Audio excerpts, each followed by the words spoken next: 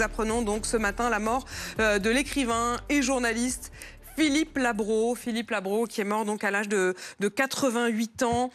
Philippe Labro, je vous ai vu très ému quand je vous ai retrouvé ce matin, Laurent. Oui, parce que quand moi j'étais jeune journaliste, c'était un monument du journalisme déjà, Philippe Labro. C'était le plus américain des journalistes français. Moi, quand j'étais tout jeune, c'était son look qui m'étonnait. Il avait importé des États-Unis, vous savez, les chemises à rayures, les bretelles. Il portait une grosse chevalière à la main qui était un héritage de ses études aux États-Unis. Et puis surtout, pour nous, les journalistes, c'était celui qui savait tout faire.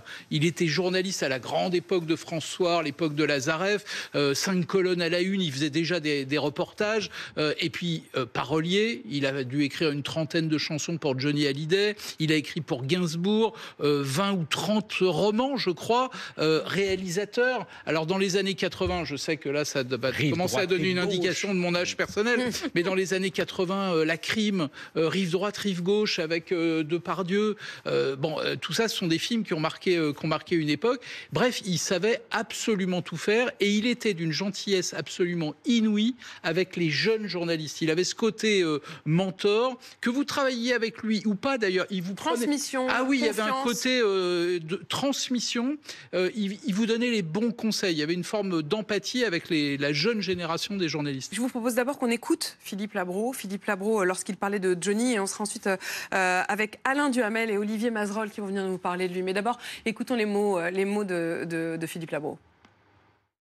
Malgré ses allures comme ça, d'oiseau blessé, comme disait Catherine Pancol, malgré cette sincérité naïve dont parlait votre commentateur, sincérité oui, mais naïve certainement pas, c'est pas un naïf, Johnny, il est tout à fait conscient de son époque. Il sait très bien ce qui se passe. Il reçoit les misères du monde et en même temps l'exaltation du monde. Je crois qu'il sait très bien restituer ce qui se passe. Journaliste, parolier, journaliste populaire qui a touché effectivement à toutes les formes de culture, qui a lui-même écrit, non seulement écrit des romans, mais je trouve ça très frappant aussi. Récemment, on parle beaucoup de certains journalistes, Nicolas Demorand, qui parle de la santé mentale. Il a aussi beaucoup écrit là-dessus parce que Philippe Labro était un homme qui souffrait de très vive et sévère dépression. Il a écrit ce fameux livre « Tomber cette fois, se relever 8 », ce qui était à l'époque effectivement aussi très audacieux d'avoir osé parler de la souffrance dont il, de ce mal dont il souffrait. Alain Duhamel est avec nous, cher Alain. Parlez-nous de Philippe Labro. Écoutez, je le connaissais très bien depuis très longtemps, je l'aimais beaucoup d'ailleurs, et je l'admirais comme on admire quelqu'un qui est à la fois proche et différent des autres journalistes. Bon, là, tout le monde sait très bien que sa passion, c'était les États-Unis, dont il avait adopté l'habillement, les mœurs, le goût de se battre, l'idée qu'on pouvait toujours gagner, même si ça avait l'air difficile. Mais moi, ce qui me frappait évidemment, ça c'est ce que je vais dire, pas de soi, mais ce qui me frappait évidemment, c'est que c'était un homme multitalent, que c'était un homme qui faisait bien tout ce qu'il faisait et qui faisait des choses extraordinairement différentes. Il écrivait des bons romans. Son regret dans la vie, c'est de ne pas avoir eu le Goncourt, mais il a eu beaucoup de succès avec ses romans. C'était quelqu'un qui était un parolier célèbre et heureux. C'était ce qu'on oublie souvent, quelqu'un qui était un metteur en scène de cinéma, qui avait fait plusieurs bons films avec de très bons acteurs d'ailleurs. Et puis, c'était un journaliste extraordinaire dans la mesure où il introduisait en France, qui est un pays souvent grognon, quelque chose du volontarisme et de l'optimisme américain. Et ça lui donnait un esprit d'entreprise. C'est quelqu'un qui, même très âgé, j'en sais quelque chose, cherchait sans arrêt des idées nouvelles, des opportunités différentes.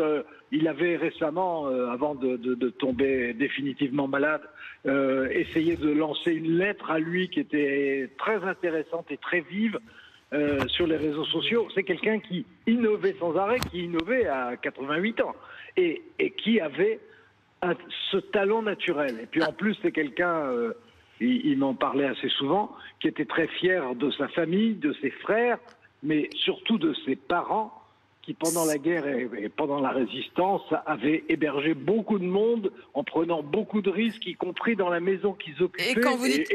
Et quand vous dites beaucoup de monde, ils ont été reconnus justes, ses parents, effectivement, Jean-François et Henriette Labro, à qui ils rendaient régulièrement hommage, ses parents qui avaient donc caché des juifs pendant la guerre et qui ont été reconnus justes par le mémorial du Yad Vashem. Alain, restez avec nous. Il y a aussi Olivier Mazerolle qui est avec nous.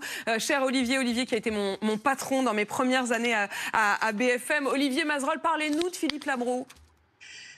Philippe, je l'ai connu évidemment comme patron de l'antenne de RTL et c'est lui qui m'a nommé à la tête de la rédaction de RTL et donc j'ai été très touché de sa confiance parce que je ne m'y attendais pas du tout.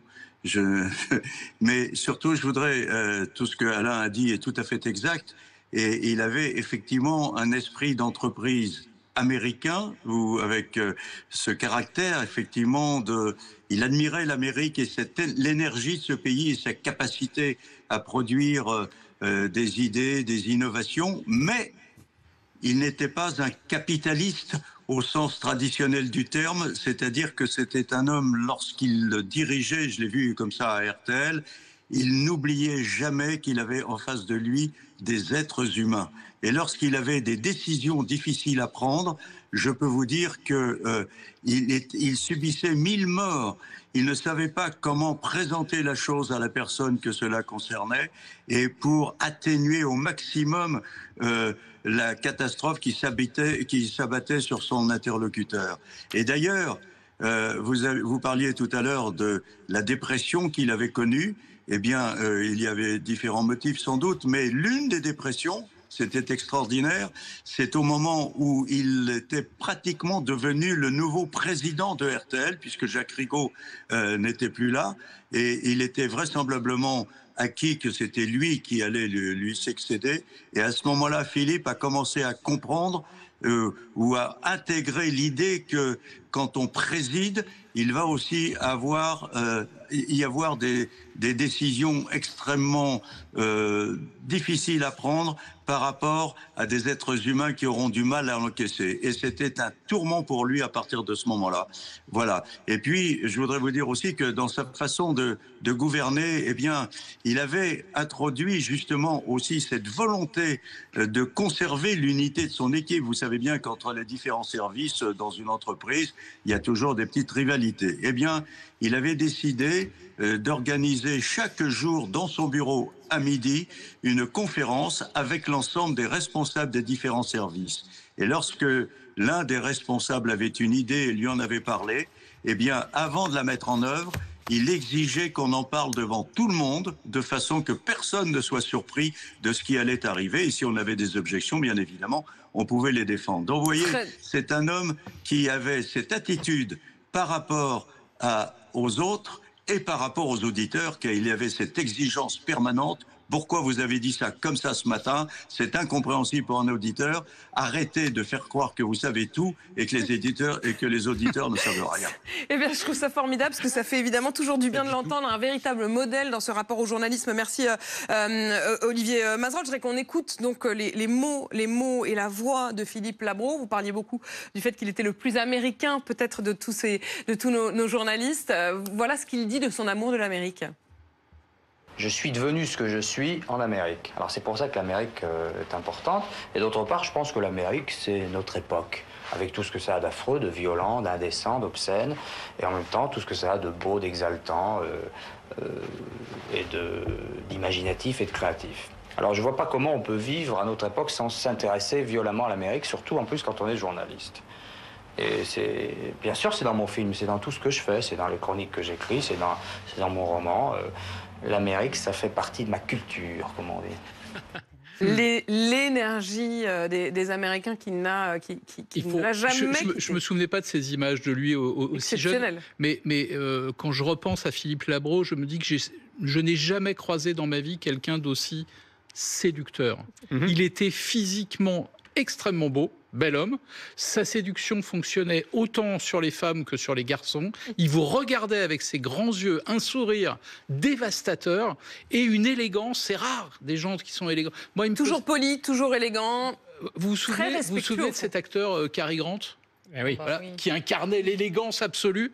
Eh ben, Philippe Labro, pour moi, c'était l'élégance absolue. Et il voilà. connaissait le pouvoir de sa séduction. Absolument, indiscutablement. je confirme. Sur la question américaine, si nos téléspectateurs veulent aller aux sources, il faut lire L'étudiant américain, l'étudiant étranger, qui est magnifique sur ses jeunes années en Virginie. Et si je peux me permettre une très courte anecdote pour avoir tourné un long documentaire. Ah non, mais prenez votre temps, au contraire, ça fait grand plaisir. Un long documentaire avec lui et on était à la deuxième journée et apparemment l'intervieweur qu'il était aussi, parce qu'il était véritablement multicarte, mesurait que la première journée avait été un peu poussive, il était préoccupé, il n'avait pas tout à fait donné son maximum. On se retrouve au cinéma McMahon, qui est vraiment son petit temple à lui. C'est là qu'il découvre le cinéma. On s'installe, il me regarde, il dit « Je vais vous raconter une anecdote au sujet de mon maître, Jean-Pierre Melville. » Et vous savez, quand on tournait en rond, il disait « Il suffirait peut-être de monter à l'étage. » Il me regarde et dit il est temps, je pense qu'on monte à l'étage. Parce qu'il avait compris parfaitement que la première journée de tournage avait été coup-ci, coup-ça, qu'il ne s'était pas donné.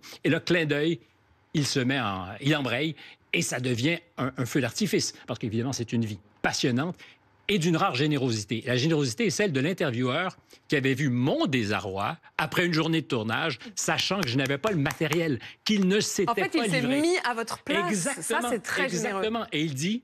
On monte à l'étage? Ben, je dis oui, on monte à l'étage. Et c'était formidable, c'était l'invitation. Et cette invitation, non seulement il l'a respectée, mais il a été d'une générosité exemplaire. Ouais, il vous a raconté, vous a donné... Lorraine de Susbiel nous a rejoint. Lorraine, j'ai toujours rêvé qu'on soit ensemble sur le plateau. Donc je suis quand même très contente. Et je voudrais remercier aussi Philippe Labro parce que c'est aussi grâce à lui. Lorraine, on se connaît et on travaille ensemble depuis de très nombreuses années, mais on n'est jamais ensemble sur le même plateau. C'est la première fois. Lorraine, évidemment, chroniqueuse et éditorialiste culture dans Première Édition. Lorraine, on vient de parler de l'écrivain, du journaliste, du cinéaste, le parolier. C'est vraiment multi-facettes, Philippe Labro, et toujours très populaire. Il a eu 1000 vies, en fait, Philippe Labro. On parlait justement de Jean-Pierre Melville, c'est devenu son mentor, et c'est tout naturellement après qu'il allait vers le cinéma, mais il a tourné 7 films. 7 films, c'est énorme. Et donc, en fait, c'est lui qui a fait tourner Fabrice Lucchini en premier. Il a offert son premier rôle à Fabrice Lucchini. C'était dans Tout peut arriver en 1969. Il a tourné avec Jean-Paul Belmondo. Oui, l'Alpague notamment, exactement. 1976, L'Héritier en 1973 aussi. Ça, c'était, il a fait tourner Jean-Louis Trintignant dans Sommobile à Paran. Donc c'était vraiment ce touche à tout. Il adorait ça. Et puis parolier à Pauline, bien sûr, il a offert carrément un album entier à Johnny Hallyday. Il lui a offert, par exemple, Fils de personne. Je ne sais pas si on peut l'entendre, mais Fils de... Est-ce qu'on a un fils de personne ou est-ce qu'on va pouvoir un tube de Johnny ou Oma Sarah. C'est quand même assez incroyable.